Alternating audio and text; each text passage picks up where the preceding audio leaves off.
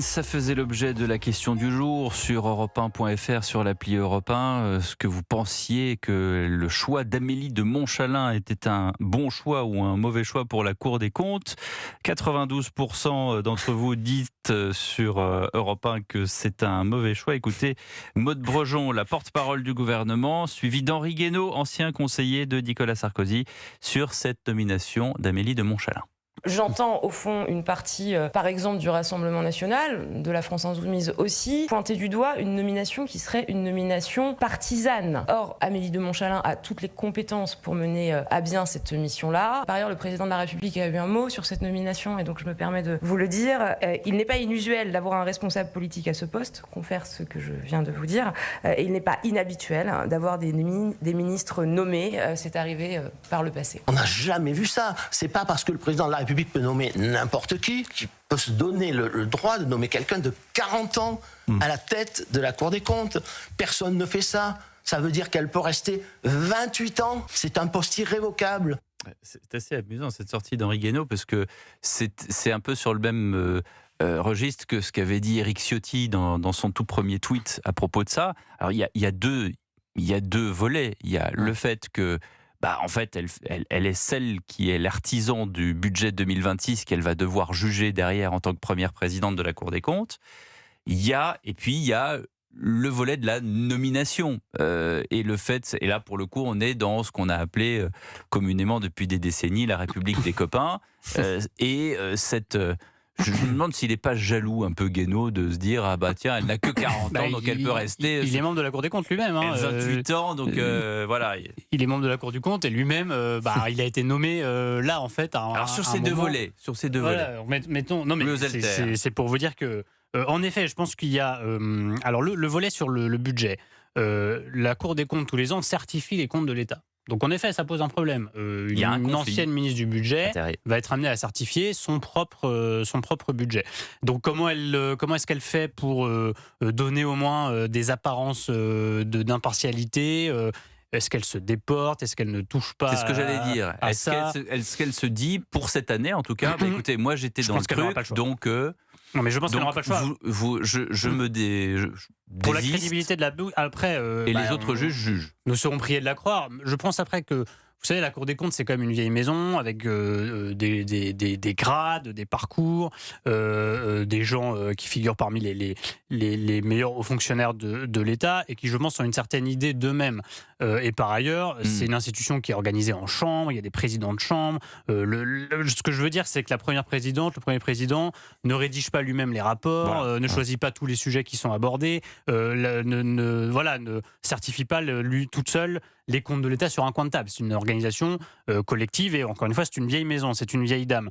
Donc je pense qu'ils s'en laisseront pas compter, y compris par leur première présidente. Pas d'Amélie de Montchalin qui n'a que 40 ans. Après, évidemment que ça pose un problème d'éthique publique sur le fait qu'une ancienne ministre du budget va devoir certifier ses propres comptes.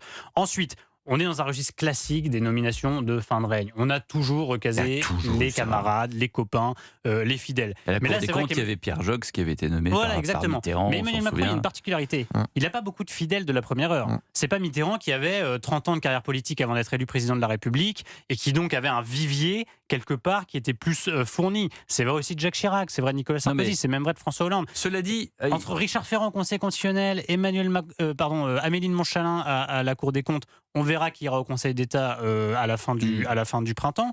Les fidèles d'Emmanuel Macron et ceux auxquels visiblement il veut trouver des postes en cette fin de quinquennat, ça puise dans un vivier qui n'est pas très extensible. Oui, mais il y a des postes et puis il y a toujours cette fidélité de Macron à ses entre guillemets anciens collaborateurs ou ministres. Je crois que c'est dans votre journal que j'avais lu il y a quelques jours qu'il y avait toute une flopée de Légion d'honneur et d'ordre du mérite à des anciens ministres et des anciens secrétaires d'État. Ce lundi, Emmanuel Macron a reçu quelques fidèles, dont Olivier Dussopt, à qui il a remis la Légion d'honneur. Et alors c'est amusant parce que toute la Macronie était là en fait. Il y avait Gabriel Attal, Yann Braun-Pivet, Elisabeth Borne, Benjamin Griveaux.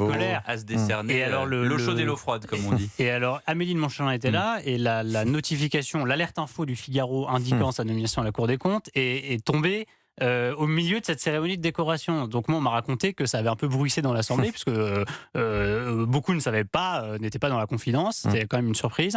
Et découvrent à ce moment-là que celle qui est assise à quelques rangs d'eux, c'est l'heureuse élue, là où même certains d'ailleurs s'imaginaient volontiers. Cela dit, s'il y en a une qui a les une scène de pouvoir. Attendez, s'il y en a une qui a les compétences pour aller à la Cour des comptes, je crois que c'est pas contesté. je pense que c'est bien Amélie de Montchalin. Adrien Matou. Alors justement, moi je voudrais ne pas personnaliser autour du cas d'Amélie de Montchalin, parce que je pense qu'elle est effectivement assez compétente pour occuper ce poste. Pour ça. Mais je pense qu'il y a un problème politique beaucoup plus profond en réalité qui se pose avec toutes ces nominations.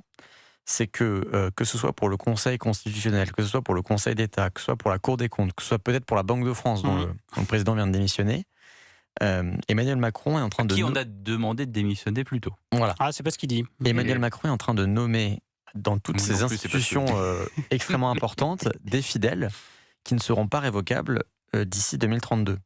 Et moi, je vois monter une petite musique quand même, qui est celle... Alors, c'est un thème, on parlait de complotisme tout à l'heure, qui est très répandu dans les milieux complotistes.